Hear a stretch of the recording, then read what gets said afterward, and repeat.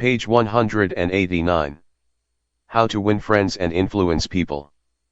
Principle 1. Begin with praise and honest appreciation. 2. How to criticize and not be hated for it. Charles Schwab was passing through one of his steel mills one day at noon when he came across some of his employees smoking. Immediately above their heads was a sign that said "No smoking." Did Schwab point to the sign and say, "Can't you read?" Oh, no, not Schwab. He walked over to the men, handed each one a cigar, and said, "I'll appreciate it, boys, if you will smoke these on the outside." They knew that he knew that they had broken a rule, and they admired him because he said nothing about it and gave them a little present and made them feel important. Couldn't keep from loving a man like that, could you? John Wanamaker used the same technique. Wanamaker used to make a tour of his great store in Philadelphia every day. Once he saw a customer waiting at a counter. No one was paying the slightest attention to her. The salespeople? Oh, they were in a huddle at the far end of the counter laughing and talking among themselves. Wanamaker didn't say a word.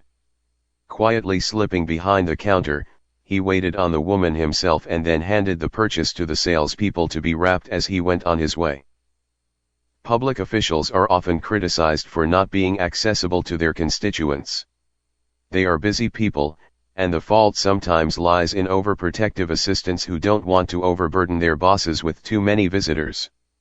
Carl Langford, who has been mayor of Orlando, Florida, the home of Disney World, for many years, frequently admonished his staff to allow people to see him.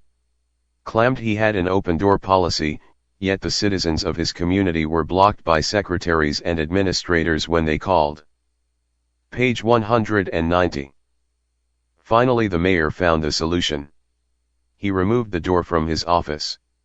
His aides got the message, and the mayor has had a truly open administration since the day his door was symbolically thrown away. Simply changing one three-letter word can often spell the difference between failure and success in changing people without giving offense or arousing resentment. Many people begin their criticism with sincere praise followed by the word "but" and ending with a critical statement. For example, in trying to change a child's careless attitude towards studies, we might say, "We're really proud of you, Johnny, for raising your grades this term. But if you had worked harder on your algebra, the results would have been better." In this case, Johnny might feel encouraged until he heard the word "but." He might then question the sincerity of the original praise. To him, the praise seemed only to be a contrived lead into a critical inference of failure. Credibility would be strained, and we probably would not achieve our objectives of changing Johnny's attitude toward his studies. This could be easily overcome by changing the word "but" to "and."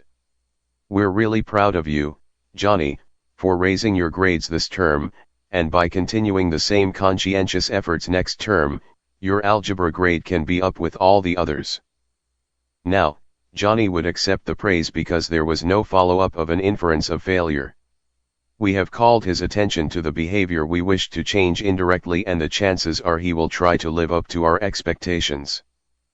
Calling attention to one's mistakes indirectly works wonders with sensitive people who may resent bitterly any direct criticism. Marge Jacob of Woonsocket, Rhode Island, told one of our classes how she convinced some sloppy construction workers to clean up after themselves when they were building additions to her house. Page 191. For the first few days of the work, when Mrs. Jacob returned from her job, she noticed that the yard was strewn with the cut ends of lumber. She didn't want to antagonize the builders, because they did excellent work. So after the workers had gone home, she and her children picked up and neatly piled all the lumber debris in a corner. The following morning she called the foreman to one side and said, "I'm really pleased with the way the front lawn was left last night. It is nice and clean and does not offend the neighbors."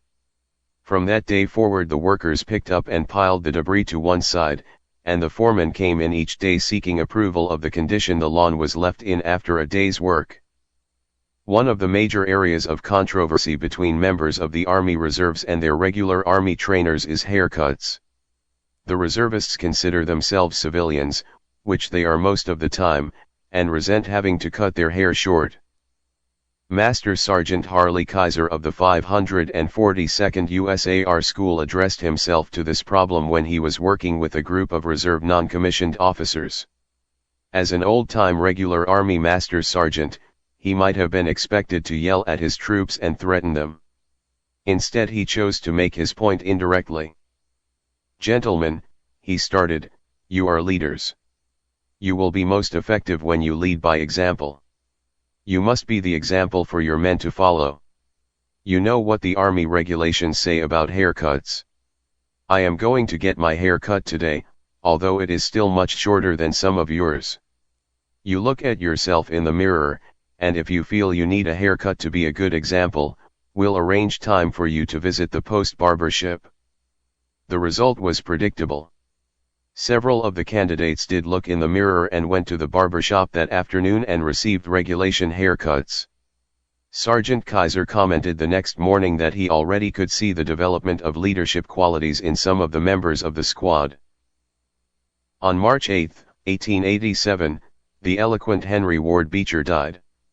The following Sunday, Lyman Abbott was invited to speak in the pulpit left silent by Beecher's passing.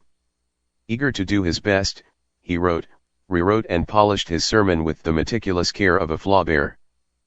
Page 192. Then he read it to his wife. It was poor, as most written speeches are. She might have said, if she had had less judgment, "Lyman, that is terrible. That'll never do. You'll put people to sleep. It reads like an encyclopedia. You ought to know better than that after all the years you have been preaching. For heaven's sake, why don't you talk like a human being? Why don't you act natural? You'll disgrace yourself if you ever read that stuff." That's what she might have said. And, if she had, you know what would have happened. And she knew too. So, she merely remarked that it would make an excellent article for the North American Review. In other words, she praised it and at the same time subtly suggested that it wouldn't do as a speech. Lyman Abbott saw the point, tore up his carefully prepared manuscript and preached without even using notes.